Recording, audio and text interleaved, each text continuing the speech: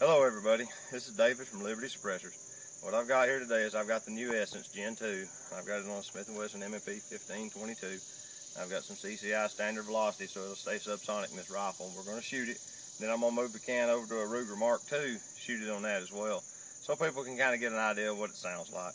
There's not a lot of video footage on the web of what the new ones sound like to give you a tonal variation, because really you need to see them in person to really appreciate the sound. So here we go.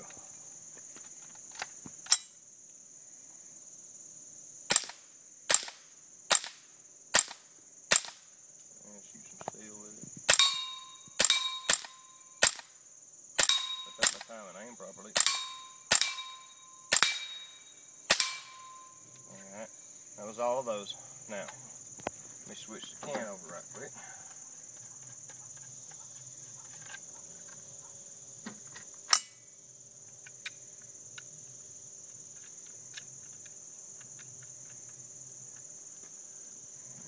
Back away from this table. Okay, this is on a Ruger Mark II.